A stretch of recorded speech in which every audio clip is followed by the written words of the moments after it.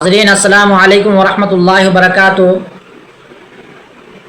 बिहार का इलेक्शन 2025 के तारीख़ों का ऐलान हो चुका है। 6 नवंबर और 11 नवंबर को वोटिंग होगी। 14 नवंबर को नतीजों का ऐलान होगा। अब फ़ैसला हम सब को करना है कि अपने बिहार को फ़िरका परस्ती से कैसे बचाएं। यह जब होगा जब हम मुत्तहिद हो जाएंगे, जब हम एक होकर एक रास्ते को अपनाएंगे। हम लोग जो वोट देते हैं, अक्सर ये देखा गया कि पैसे लेकर के वोट देते हैं। जिस पार्टी की तरफ से पैसे आया, जिस पार्टी की तरफ से ज़्यादा पैसे मिला, उसी को वोट देते हैं।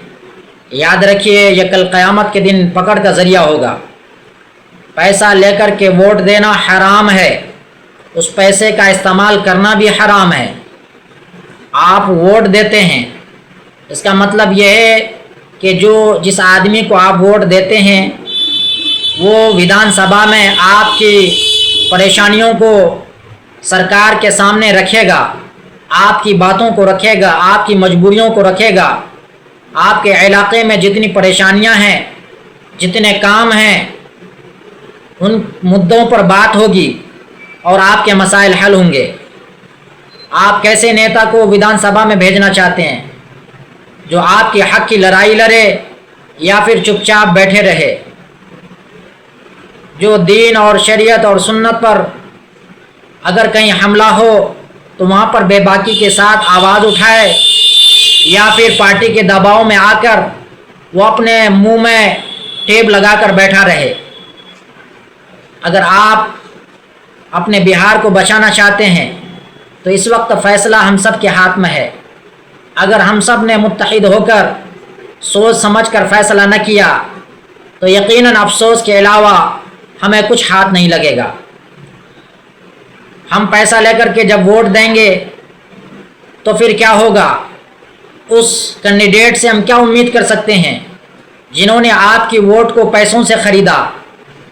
आप अपनी ज़रूरियात जब उसके पास लेकर जाएंगे तो आपकी ज़रूरियात पर तवज्जो नहीं देगा, क्योंकि आपने उसको वोट फ्री में नहीं दिया।